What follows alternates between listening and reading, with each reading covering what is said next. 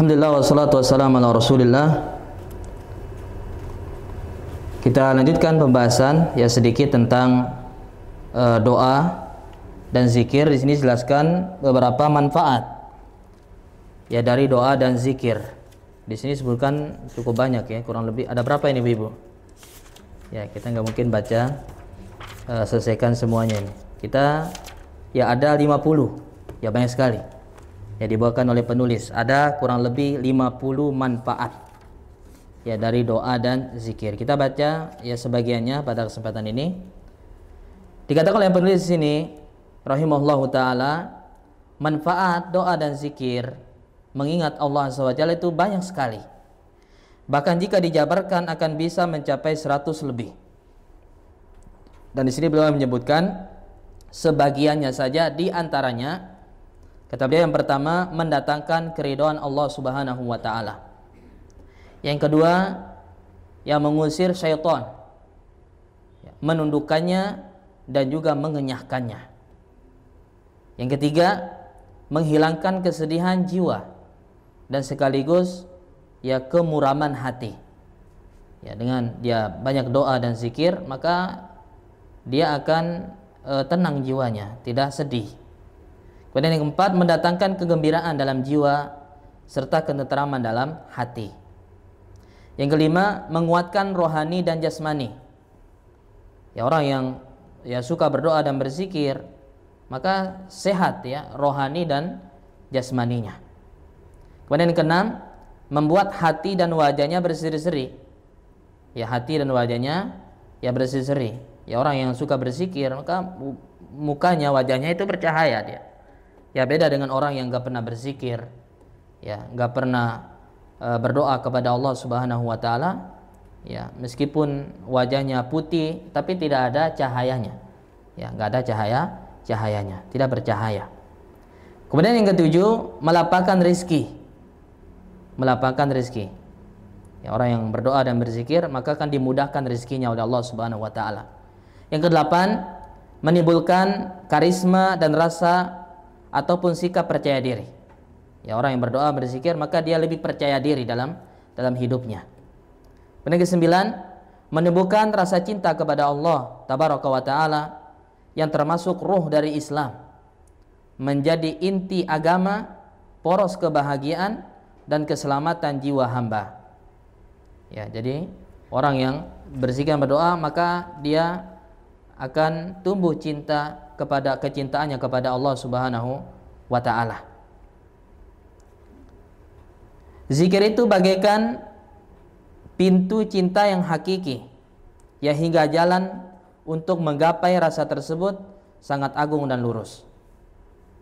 Kemudian yang berikutnya yang ke-10, menumbuhkan perasaan selalu diawasi oleh Allah Subhanahu wa taala sehingga memasukkan seorang ke dalam pintu ihsan. Maka ia beribadah kepada Allah seolah-olah melihatnya, dan jika tidak mampu mencapai derajat tersebut maka ketahuilah bahwa Allah Subhanahu wa taala melihat dirinya secara langsung. Tetapi orang yang lari dari berzikir maka tidak akan bisa sampai pada derajat ihsan. Ya, derajat ihsan yaitu dia senantiasa merasa diawasi oleh Allah Subhanahu wa taala. Maka dia sampai ke derajat yang paling tinggi ini dalam agama Islam. Ya, kalau dia sering ya berdoa dan berzikir kepada Allah Subhanahu wa taala. Sebagaimana seorang yang hanya duduk tidak akan pernah bisa sampai ke tempat tujuan. Ya, orang yang duduk ya maka tentunya dia tidak akan ya sampai ke tempat tujuan. Tapi kalau dia berzikir ya terus berdoa kepada Allah Subhanahu wa taala, maka dia akan semakin naik derajatnya. Ya, semakin naik kedudukannya di sisi Allah Subhanahu wa taala. Kemudian yang ke-11, manfaat doa dan zikir membuahkan ketundukan rohani, yaitu berupa kepasrahan diri kepada Allah Azza wa Jalla dan keinginan kuat agar kembali kepadanya. Ya, orang yang berdoa kepada Allah maka dia akan pasrah, dia betul-betul bergantung kepada siapa?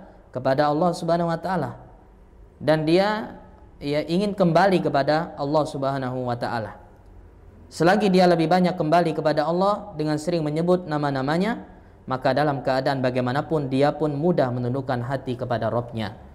Dengan begitu Allah Azza wa Jalla akan menjadi tempat mengadu ya, Jadi Allah akan menjadi tempat dia curhat. Dia ada masalah, dia ada problem, dia akan adukan pertama kali kepada siapa? Kepada Allah Subhanahu wa taala. Dia pasrah kepada Allah Subhanahu wa taala. Juga sumber kebahagiaan dan kesenangan dirinya, tempat bergantung pada saat dia senang maupun pada saat mendapat bencana ataupun musibah. Ya, ini yang ke-11. Kemudian yang ke-12, membuahkan kedekatan kepada Allah Subhanahu wa taala. Ya. Maka dia akan semakin dekat dengan Allah. Seberapa jauh dia berzikir kepada Allah, sejauh itulah kedekatannya kepada Allah. Jadi semakin dia banyak berzikir, banyak berdoa, maka dia akan semakin dekat dengan Allah. Demikian pula sebaliknya, seberapa jauh hamba itu lalai dalam berzikir, maka sejauh itulah jarak yang memisahkannya dengan Allah Azza wa Jalla. Semakin jauh dia, kalau dia jarang berzikir, ya jarang berdoa kepada Allah Subhanahu wa taala, semakin jauh dia dari Allah Subhanahu wa taala. Kemudian yang ke-13, membukakan satu pintu yang lebar dari berbagai pintu ma'rifat. Ya, pintu ma'rifat ini dikatakan di footnote, ya di catatan itu, ma'rifat atau pengetahuan ilahi diperoleh dengan beberapa cara. Ya, pertama belajar Al-Quran dan Sunnah menurut pemahaman para sahabat. Kemudian yang kedua, ilmu ini akan diperoleh dengan mengamalkan yang wajib dan yang sunnah, kemudian menjauhkan yang dilarang. Kemudian yang ketiga, ikhlas dalam dia beramal. Kemudian yang keempat, dia ittiba kepada Nabi dan meladani Nabi SAW. Kemudian yang kelima, melalui zikir kepada Allah Subhanahu wa taala. Maka dia akan mendapatkan ilmu. Ya, diberikan ilmu oleh Allah Subhanahu wa taala. Semakin banyak dia berzikir kepada Allah, maka semakin lebarlah pintu ma'rifat yang akan terbuka bagi dirinya. Kemudian yang ke-14, menumbuhkan rasa takut kepada Allah Tabaraka wa taala dan menggugah sanubari untuk senantiasa memuliakannya. Ya, maka dia akan semakin takut. Kalau dia semakin berzikir, ya, semakin berdoa, maka dia akan semakin takut kepada Allah. Kemudian yang ke-15, membuat diri selalu diingat oleh Allah Subhanahu wa taala. Ya, dirinya itu senantiasa diingat oleh Allah Subhanahu wa taala. Allah sebagaimana firman Allah, fazkuruni azkurkum, dan ingatlah kalian kepadaku, berzikirlah kalian kepadaku, maka aku pun akan ingat kepada kalian. Ya. Kalau kita sering berzikir kepada Allah, maka Allah akan senantiasa mengingat kita. Ya, di saat kita susah, terutama di saat kita sulit, maka Allah akan ingat, Allah akan bantu, akan tolong kita. Kemudian yang ke-16, menghidupkan hati. Orang yang berzikir dan berdoa, maka hatinya itu akan menjadi hidup.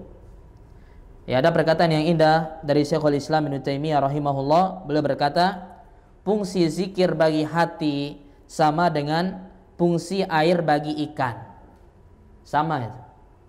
Ya. Fungsi zikir bagi hati kita ini, ya, itu sebagaimana fungsi air bagi ikan, manfaat air bagi ikan. Ya, maka bagaimana keadaan yang akan terjadi pada ikan seandainya berpisah dengan air? Ya, bagaimana Ibu kalau ikan dipisahkan dari air, maka akan mati. Begitu juga dengan hati kita.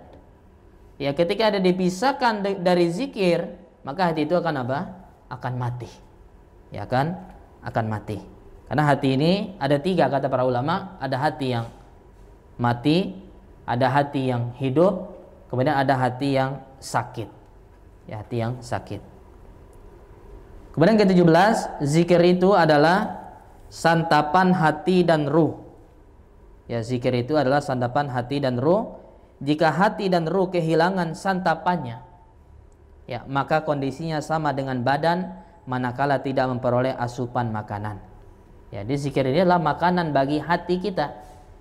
Sebagaimana badan kita ini butuh makanan, ya, butuh minuman, begitu juga dengan hati kita. Itu juga butuh makanan, dan makanan hati kita adalah apa? Adalah zikir. Ya, dengan kita berzikir mengingat Allah Subhanahu wa taala. Suatu ketika Ibnu Qayyim Al-Jauziyah rahimahullah menemui Syekhul Islam Ibnu Taimiyah rahimahullah yang sedang mengerjakan sholat subuh. Ibnu Qayyim pernah menemui gurunya ini, Syekhul Islam Ibnu Taimiyah yang sedang mengerjakan sholat subuh. Seusai sholat dia pun berzikir kepada Allah hingga pertengahan atau menjelang siang.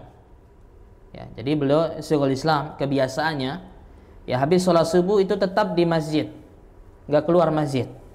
Dia tetap berzikir kepada Allah Subhanahu wa Ta'ala sampai pertengahan atau menjelang siang. Lalu dia menoleh ke arahku.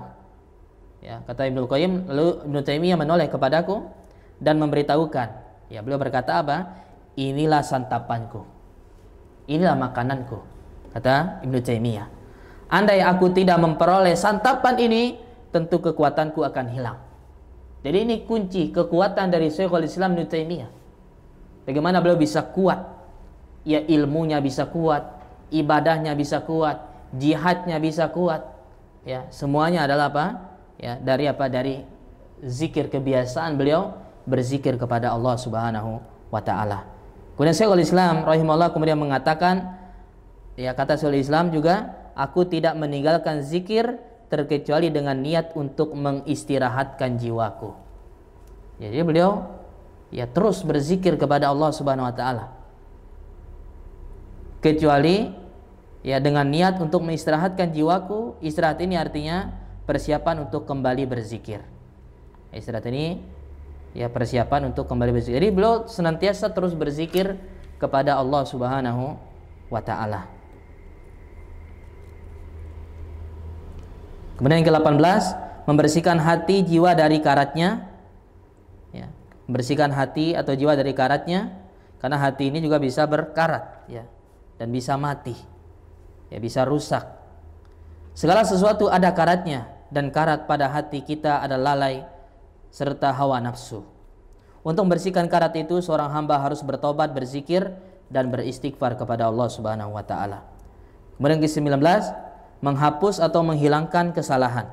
Ya, manfaat doa itu akan menghilangkan dosa dan kesalahan kita.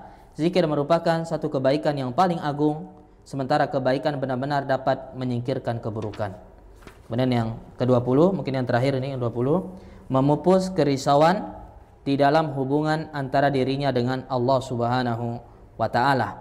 Hamba yang lalai berzikir, maka hatinya terus dihantui kerisauan, ya, kegelisahan yang tidak bisa hilang begitu saja kecuali dengan banyak mengucapkan zikir.